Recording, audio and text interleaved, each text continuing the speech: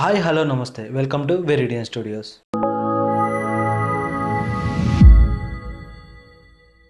ఈరోజు మనం ఎంతో ఇంట్రెస్టింగ్ అయిన ఫ్యాక్ట్స్ గురించి మాట్లాడదాం. అండ్ టాపిక్లోకి వెళ్లే ముందు ప్లీజ్ లైక్ అండ్ సబ్స్క్రైబ్, మాకు అది ఎంతో మోటివేట్గా ఉంటుంది. మనం ఆకాశంలో నక్షత్రాలను చూసి ఎప్పటికైనా వేరే గ్రహానికి వెళ్ళి బతకాలి అని అనుకుంటాం. నాసా వాళ్ళు కూడా ఒక భూమి లాంటి ప్రదేశాన్ని అయితే వెతుకుతూ ఉన్నారు. అలా వెతుకుతూ ఉన్న క్రమంలో వాళ్ళకైతే ఒక గ్రహం దొరికింది. దాని పేరు ఏంటంటే HD 189733b. అది కొంచెం దూరం నుంచి చూస్తే మన భూప్రపంచం లాగానే ఉంటుంది. బ్లూ కలర్ లో అందమైన మబ్బులతో కప్పేసినట్టుగా ఉంటుంది. ఎంత బాగుందో. అక్కడికి వెళ్తే చాలా సంతోషంగా ఉండొచ్చు అని అనుకుంటారు. కానీ ఇది ఒక ట్రాప్. ఆ గ్రహం అందం వెనుక ఒక నరకం అయితే దాగి ఉంది.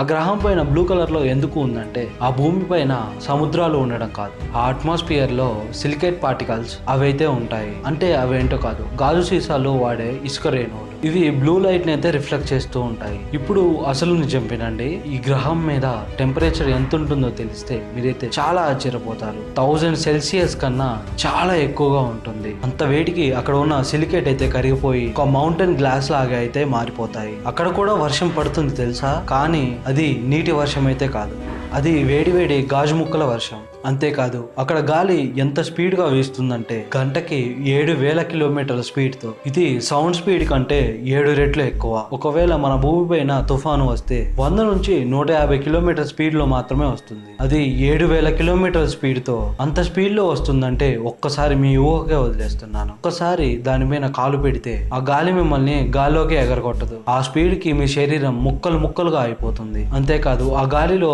వేల గాజు ముక్కలు బుల్లెట్ల వర్షంలో అయితే వస్తాయి. అక్కడ పడే వర్షం నిలువుగా అయితే పడదు, ఆ గాలి స్పీడ్ కి అడ్డంగా అయితే పడుతూ ఉంటుంది. సింపుల్ గా చెప్పాలి అంటే ఆ గ్రహం మీద నిలబడితే 1,00,000 గాజు ముక్కలు కోస్తే ఎలా ఉంటుందో అలా ఉంటుంది అనమాట.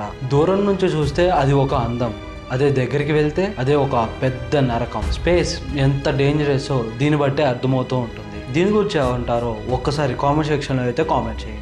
ఎందుకంటే వింత ప్రపంచాలు ఇంకా ఎన్నో మన భూమిలాగా ఎన్నున్నాయో తెలుసుకోవాలి. అక్కడికి ఒకవేళ మనం వెళ్ళగలమా అనే క్వశ్చన్ అయితే నాసాలో ఎప్పుడూ ఉంటూనే, అలాంటి పనుల్ని ఎప్పుడూ అది చేస్తూనే ఉంటుంది. ఇలాంటి ప్రయోగాలు ఒకటే కాదు, చాలా చేసింది.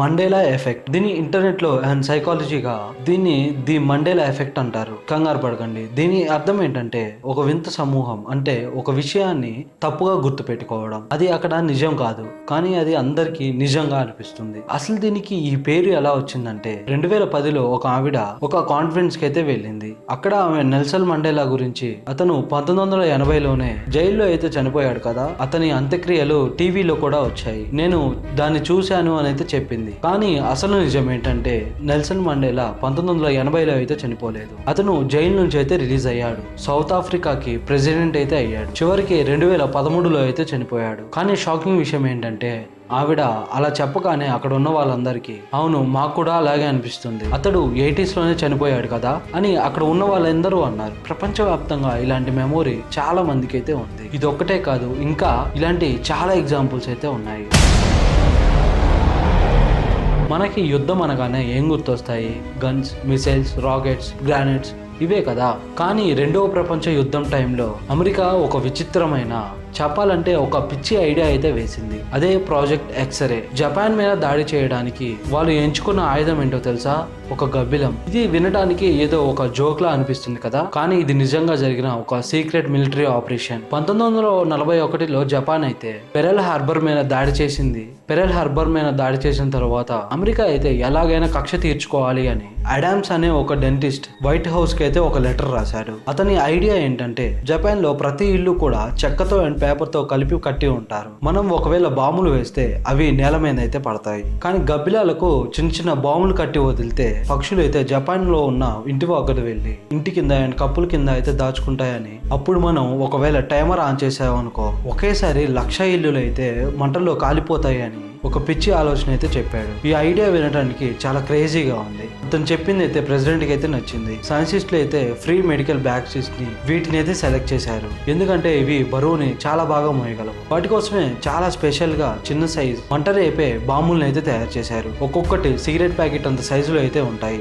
అసలు వాళ్ళ ప్లాన్ ఏంటంటే వాటిని ఫ్రిడ్జ్ లో ఉంచి హైబర్నేట్ అయితే చేస్తారు. వాటిని విమానంలో తీసుకెళ్లి జపాన్ లో వాళ్ళ ఇంటి పైన అయితే వదులుతారు. కింద పడుతున్నప్పుడు అవి గాలిలో నిద్ర లేచి కింద ఉన్న ఇంటి పైన అయితే సెటిల్ అవుతాయి. తరువాత బాంబ్ టెస్టింగ్ రోజు అయితే రానే వచ్చింది. అమెరికాలోని ఒక ఎయిర్ బేస్ లో దీన్ని టెస్ట్ చేస్తున్నారు. కానీ ఇక్కడే అసలు కామెడీ జరిగింది. కొన్ని గబ్బిలాలు అయితే టైం కంటే ముందనే నిద్రలేచాయి. వాటిని కట్టిన బాంబులతో సహా మొత్తానికే ఎగిరిపోయాయి. ఎయిర్ బేస్ లోని జనరల్ ఆఫీస్ కి చివరికి అక్కడ ఉన్న ప్లేన్స్ కిందకైతే దాక్కొని వెళ్ళినాయి. కొంచెం సేపటి తర్వాత బాంబులు అయితే పేలాయి. శత్రువుల్ని కాల్చాల్సిన గబ్బిలాలు సొంత ఎయిర్ బేస్ ని అయితే తగలబెట్టేశాయి. అవి చూసి ఆర్మీ ఆఫీసర్స్ అయితే తల పట్టుకున్నారు. ఇలానే చేస్తే ప్రాజెక్ట్ అయితే సక్సెస్ అవ్వదు అని దాన్ని అక్కడితోటే ఆపేశారు. దాని తర్వాతే ఆటం బాంబ్ ని డెవలప్ చేశారు. ఒకవేళ ఆ గబ్బిలాల ప్లాన్ సక్సెస్ అయ్యి ఉంటే ఈ రోజు హిస్టరీ వేరేలా ఉండేది కదా. దీని గురించి మీరేమంటారో కామెంట్ సెక్షన్ లో అయితే కామెంట్ చేయండి. ఇంతవరకు చూసారంటే మీకు ఈ వీడియో నచ్చిందని అనుకుంటున్నాను. అండ్ సబ్స్క్రైబ్ చేసుకోవడం మాత్రం అసలు మర్చిపోరు కదా.